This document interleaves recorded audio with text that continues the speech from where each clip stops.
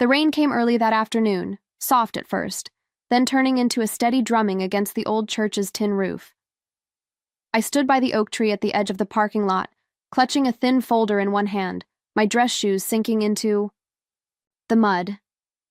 Inside, my father gave a toast, laughter spilling out into the misty air. Through the fogged-up window, I saw them all.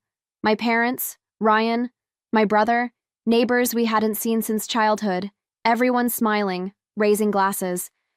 A banner drooped slightly from the ceiling. "Congratulations, Ryan. Our future." Not I shifted the folder, feeling the corner bite into my palm. It held the paperwork I'd spent the last 6. They just hadn't wanted to see it. The moment that broke something in me wasn't the speeches. It wasn't even my father's laugh, that deep, rumbling sound he used to reserve for fishing trips and late-night barbecues. It was the toy. On the table nearest the window, tucked between a centerpiece of yellow chrysanthemums, sat a battered, stuffed elephant. I remembered how proud he'd now the elephant sat as decoration for Ryan's celebration. I don't remember deciding to leave. One moment I made it to my car without slipping. Though the mud clung, I sat there for a long time, staring through the fogged windshield, listening to the rain tap against the glass. I thought about going back, about bursting through the door, waving the folder in their faces, shouting that I had worth too. But even as the thought crossed my mind, it died. Because the truth was simple. They already knew. They just didn't. I set the folder gently on the passenger seat, turned the key in the ignition, and drove away. The stuffed elephant's faded blue ribbon flashing once in the rearview mirror before disappearing into the rain.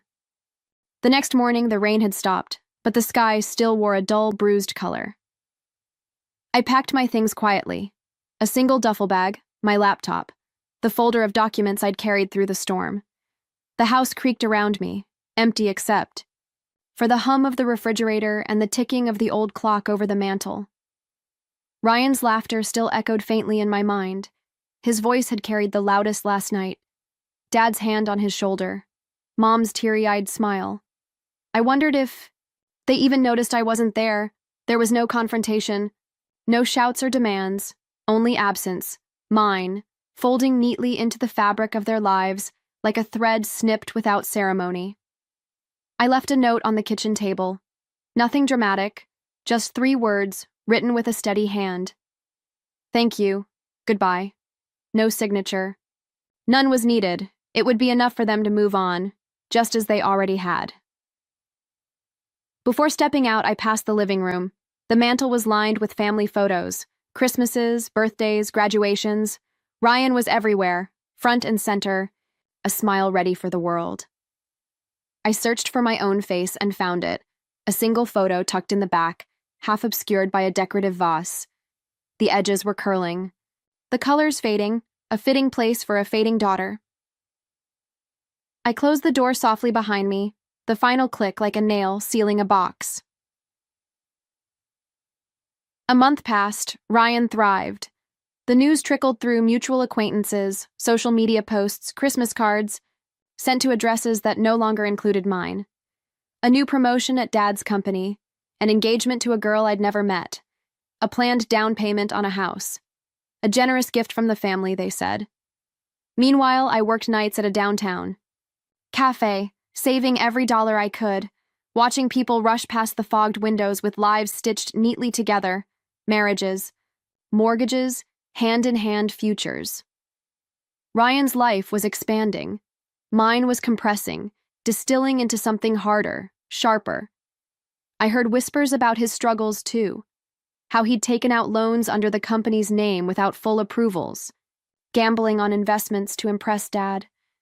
But no one spoke of it openly. The family protected its golden boy. I was just a ghost now, the daughter they once had, easier to forget than confront.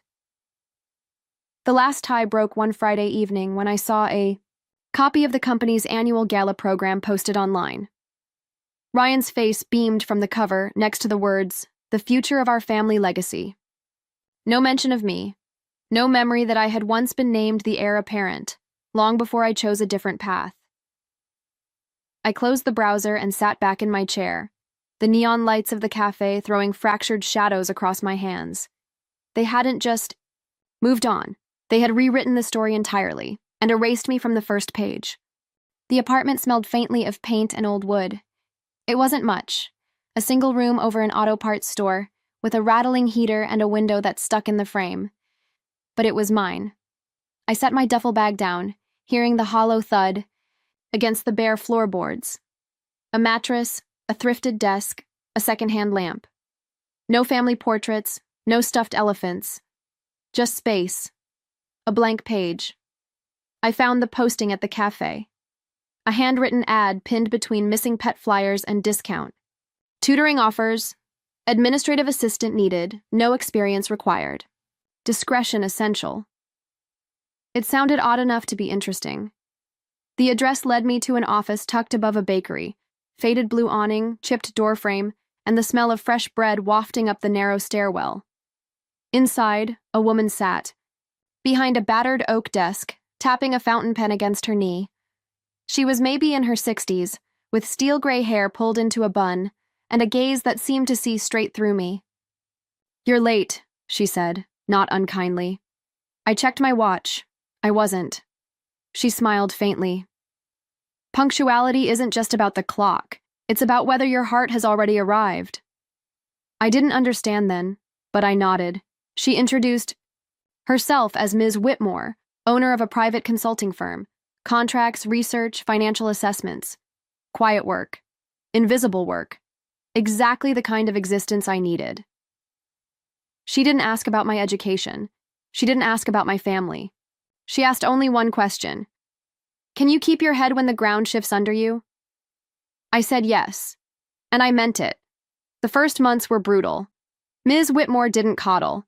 She handed me dense files, impossible deadlines, cold instructions delivered without sugarcoating. I made mistakes. I stayed late. I fought back tears over typo-riddled reports and misunderstood tasks, but I never quit. There were days I wanted to, when the loneliness pressed down so hard it felt like a second gravity. On those nights, I would sit by the window, knees pulled to my chest, watching the city flicker around me like a living thing. Messy, imperfect, surviving. Slowly, something inside me hardened. Not in anger, in resilience. I learned contracts. I learned negotiations. I learned the art of saying little and noticing everything. Ms. Whitmore was merciless in her feedback, but once, after a particularly grueling project, she left a sticky note on my desk. "Steel is forged in fire." I kept that note in my wallet. I never told my family where I was. No Christmas cards, no birthday calls, no Facebook updates. Let them believe I had disappeared. It was easier that way. From a distance, I watched Ryan's life unfold. Headlines, LinkedIn updates, whispered mentions. He married, he climbed higher. He bought a house 3 streets away from the one I used to call home. To the outside world, he was the prodigal son made good. They didn't see the cracks forming, lawsuits pending, partnerships strained, growing rumors about mishandled funds. But I saw, because I understood now what Ms. Whitmore had been teaching me all along. Control isn't about being seen. It's about seeing everything, quietly. 2 years into the job, Ms. Whitmore called me into her office on a rainy Thursday afternoon. She handed me a thin folder, her face unreadable. Inside, an offer, a promotion, equity, a seat at the table. Not because I was the loudest, not because I demanded it, but because I had become indispensable, a thread woven so tightly into the fabric of the business that pulling me out would unravel the whole thing. Ms. Whitmore leaned back, studying me. "You could start your own firm now," she said almost lazily. I hesitated, then smiled, a small, private smile. "I'm not done learning yet," I said. She laughed, a real surprise laugh that startled even herself. "Good," she said, "because the world has no shortage of fools, and there's always room for one more quiet warrior." That night, I walked home without an umbrella, letting the rain soak into my skin. I wasn't the daughter they celebrated. I wasn't the legacy they bragged about. But under the blurred neon and the soft hum of the city, I realized something. I was becoming something no family photo could capture. Someone real. It was a Thursday afternoon when I first heard the news. Sitting at my desk reviewing a complicated contract, I caught a headline flashing across my phone screen. Local business leader Ryan Whitmore appointed as vice president of Whitmore Holdings. I stared at the photo that accompanied the article. Ryan, standing proudly next to our father, both beaming for the camera. The article praised his vision, his natural leadership, and most of all, his role in expanding the family's investments into new ambitious projects. No mention of the risks. No mention of the quiet failures piling up behind closed doors. Ms. Whitmore glanced at my screen but said nothing. She didn't need to. She had taught me long ago that sometimes silence said everything. That night, scrolling through the company's public announcements, I noticed something else. A grand gala was being planned, an anniversary event celebrating 3 generations of Whitmore excellence. My father would be honored, Ryan would be introduced as the future. It was all lined up, the perfect handoff, the perfect legacy, polished and gleaming for the world to admire. If you didn't know better, you would think the story was true. What they didn't realize, what they could never imagine, was that while they had been busy erecting their golden facade, I had been quietly collecting my own bricks, building something steadier, something real. Over the past 2 years, my work with Ms. Whitmore had expanded far beyond simple administrative tasks. I had helped broker contracts, uncover hidden liabilities, and even assist discreet investigations into companies with shaky financial ethics, including, quietly, Whitmore Holdings. It hadn't been planned at first, but when an anonymous tip landed on Ms. Whitmore's desk about unusual movements in the company's financials, I had volunteered to look into it. No personal motivation, I told myself, just professionalism. But as the reports unfolded, the unsanctioned loans, the quiet payouts, the tangled web Ryan had spun, I realized the truth was simpler. They had written me out of their story. But they couldn't erase the facts, and the facts were starting to catch up with them. The gala was held in the grand ballroom of the Whitmore Hotel, a sprawling room lined with chandeliers, gold accents, and pride thick enough to taste. I didn't buy a ticket. I didn't need an invitation. I had something far more valuable: evidence. When I stepped inside, the reception was already in full swing. The air smelled of polished wood, champagne, and old money. Waiters floated past with silver trays, and the string quartet played something soft and forgettable in the background. Across the room, my family stood under a massive banner that read, "Building a Legacy, Past, Present, and Future." Dad at the center, raising his glass, Mom beaming at Ryan. Ryan, wearing the kind of grin that only comes from thinking you've already won. I stayed in the shadows at first, watching. Ryan took the microphone, thanking the guests, recounting the family's proud history, layering his words with practiced humility. He spoke of growth, of bold leadership, of a future secured by hard work and vision. Cameras flashed. People clapped. He spoke like a king addressing his court. When the applause swelled, I stepped forward, quiet, deliberate, and waited just long enough for the energy in the room to crest and settle. At first, no one noticed. Then a few heads turned. A ripple passed through the crowd like a shiver. Ryan faltered at the podium, mid-sentence. I didn't raise my voice. I didn't have to. Instead, I moved to the front row and laid a single manila folder on the edge of the stage. My movements slow, precise. Inside, documentation, financial records, forged approvals, payouts disguised as consulting fees, all tied back to Ryan. The noise in the room dulled to a thick, heavy silence. Dad stepped forward, confusion flickering across his face. Ryan tried to laugh it off. "I'm sure this is some misunderstanding." But his voice cracked halfway through. Ms. Whitmore, standing quietly by the door, nodded once when she caught my eye. She had taught me well. There was no need for anger. The truth, unveiled plainly, had its own gravity. The event coordinator, pale as linen, picked up the folder and whispered to the man next to her, a local journalist whose expression sharpened like a blade. I met Ryan's eyes, once bright with easy confidence, now darting and cornered. I said nothing. There was nothing left to say. The room seemed to tilt, energy shifting as realization rippled outward. Guests murmured, some edged, toward the exits. The power that had once buoyed Ryan now slipped through his fingers, invisible but unmistakable. I turned before the shouting started, before the accusations flew. I didn't need to watch the unravel, it wasn't my story anymore. As I walked toward the exit, the soft click of my heels against the marble floor was the only sound I left behind. The ballroom was a different place now. The music had stuttered to a halt. Conversations dropped into urgent, furious whispers. Across the marble floor, Dad cornered Ryan near the stage, his voice low but sharp enough to carry. Ryan's hands moved, in frantic defensive gestures, but the weight of the evidence lay between them, undeniable, inarguable.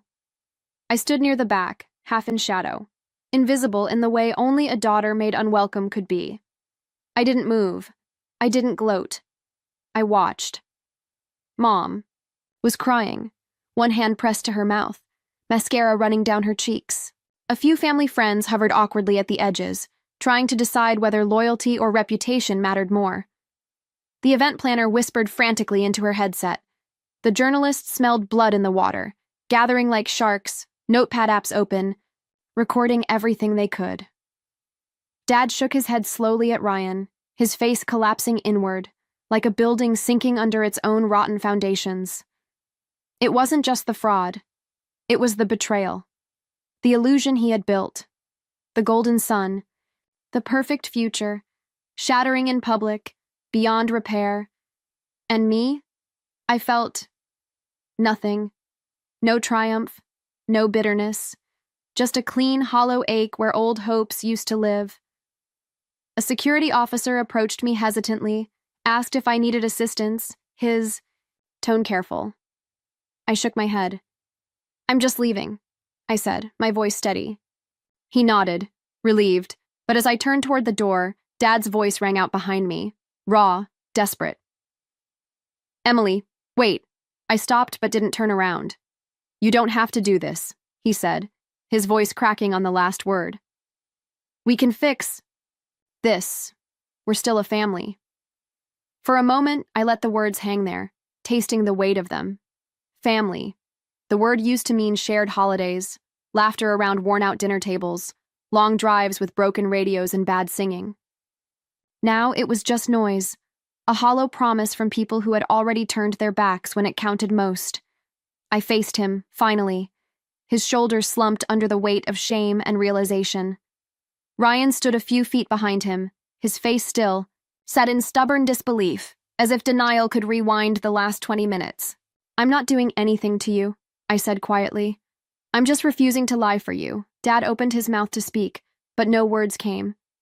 In that silence, every choice they had made over the years echoed louder than any apology ever could. Turned back toward the door. This time, no one tried to stop me. Ms. Whitmore waited near the entrance, a soft, knowing look in her eyes. She didn't say a word, just gave a slight nod, the kind of gesture that says, without arrogance or pity, you did the hard thing. You chose yourself. As I stepped out into the cold night, the sharp air bit into my lungs, but it felt clean, honest. I pulled my coat tighter around me and kept walking. Behind me, the legacy they had tried so hard to build crumbled quietly, piece by piece. And ahead of me, for the first time in years, was something far better. A life that was truly mine. The morning after the gala, the city woke up as if nothing had changed. Coffee shops opened. Buses rumbled down wet streets.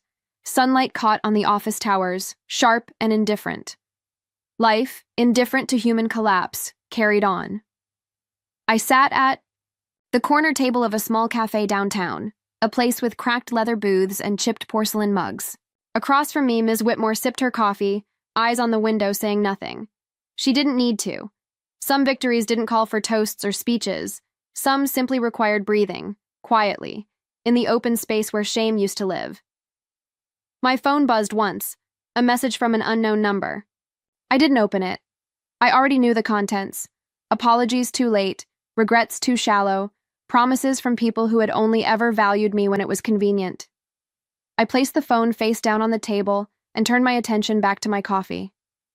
Outside, a boy rode past on a bicycle, trailing a kite behind him, the bright fabric snapping in the wind.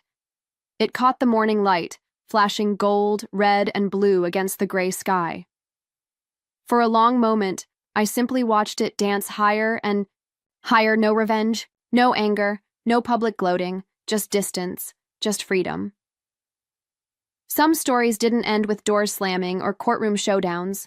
Some ended with a woman sitting in a quiet cafe, breathing easier than she had in years, the past finally folding itself into something smaller, something she could set down without apology.